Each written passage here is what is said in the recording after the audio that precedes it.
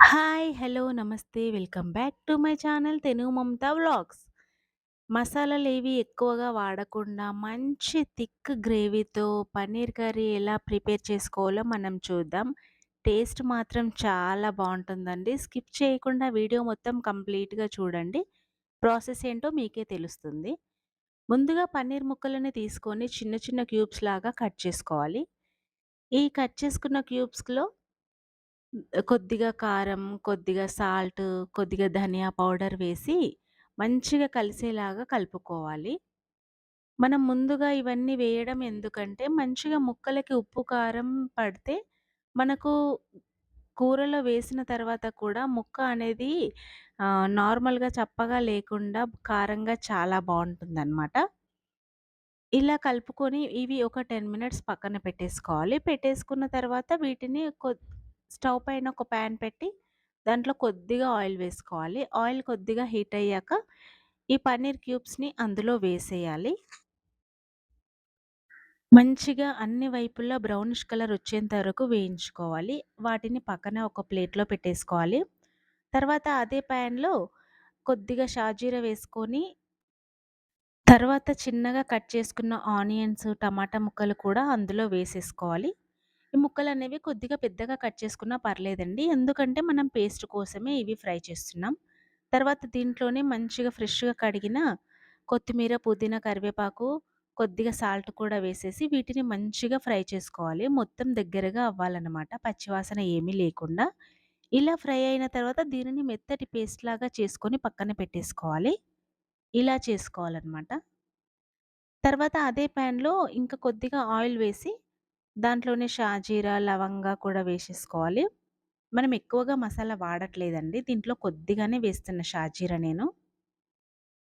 ఇప్పుడు దీంట్లోనే ఒక 2 పచ్చిమిర్చి మధ్యలోకి కట్ చేసుకొని వేసుకోవాలి. దాంట్లోనే కొద్దిగా కరివేపాకు, కొద్దిగా అల్లం వెల్లుల్లి పేస్ట్, పసుపు కూడా యాడ్ చేసి, అల్లం వెల్లుల్లి పేస్ట్ పచ్చివాసన పోయే వరకు ఫ్రై చేసుకోవాలి. ఇవి ఒక 2 మినిట్స్ ఫ్రై అయ్యాక, ఇందులో మనం ఉల్లిపాయ టమాటా పేస్ట్ ఉంది కదా! అది దీంట్లో వేసేసేయాలి. అది వేసేసి కంప్లీట్‌గా మంచిగా కలిపేసుకొని ఒక 2, 3 మినిట్స్ ఉంచాలి అలాగే. ఇది ఒక 2 మినిట్స్ అయిపోయాక దీంట్లో ఒక 2 స్పూన్స్ వరకు కారం, తగినంత సాల్ట్, కొద్దిగా ధనియా పౌడర్ కూడా యాడ్ చేసి మంచిగా కలపాలి. ధనియా పౌడర్ మాత్రం ఖచ్చితంగా ఉండేలా చూసుకోండి. ఎందుకంటే టేస్ట్ చాలా బావుంటుంది దానివల్ల. మనం వేరే మసాలా ఏది ఎక్కువగా యాడ్ చేయట్లే కాబట్టి ధనియా పౌడర్ ఖచ్చితంగా యాడ్ చేసుకోవాలి. ఇది బాగా కలిసాక ఒక 2 మినిట్స్ ఇలాగే ఉంచాలి.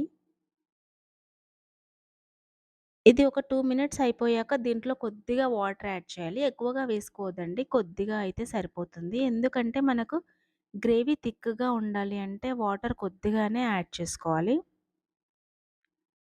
ఇవి ఒక 5 మినిట్స్ ఇలాగే ఉంచాలి. ఇప్పుడు చూడండి ఆయిల్ మొత్తం ఎలా పైకి వచ్చేసిందో.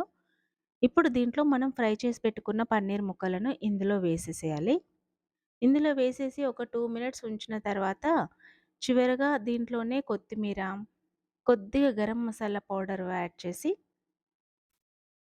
ఒక 2 మినిట్స్ ఉంచితే సరిపోతుంది. మనకు ఎంతో టేస్టీతో థిక్ గ్రేవీతో పన్నీర్ కర్రీ రెడీ అవుతుంది. టేస్ట్ మాత్రం చాలా బావుంటుందండి. ఒక్కసారి ఖచ్చితంగా ట్రై చేయండి. పన్నీర్ ముక్కలని కూడా మనం ఉప్పు, కారం, ధనియా పౌడర్ వేసి ఫ్రై చేసాం కాబట్టి మంచి బ్రౌనిష్ కలర్‌లో వచ్చాయి. అవి కర్రీలో వేస్తే కూడా టేస్ట్ చాలా బావుంది.